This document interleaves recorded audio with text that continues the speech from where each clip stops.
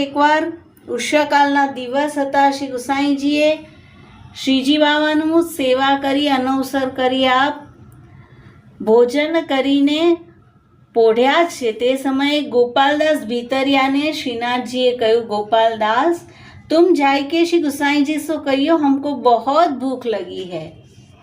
गोपालदास श्री गुसाईजी પાસે પધાર્યા. આપ તો ભર નિદ્રામાં પોઢ્યા હતા. श्री गुसाईजीના ચરણ દાબીને કહ્યું, महाराज श्रीनाथजी ने कही है हमें भूख बहुत लगी है. यह कही मोसो आप पुछरी की ओर गए हैं.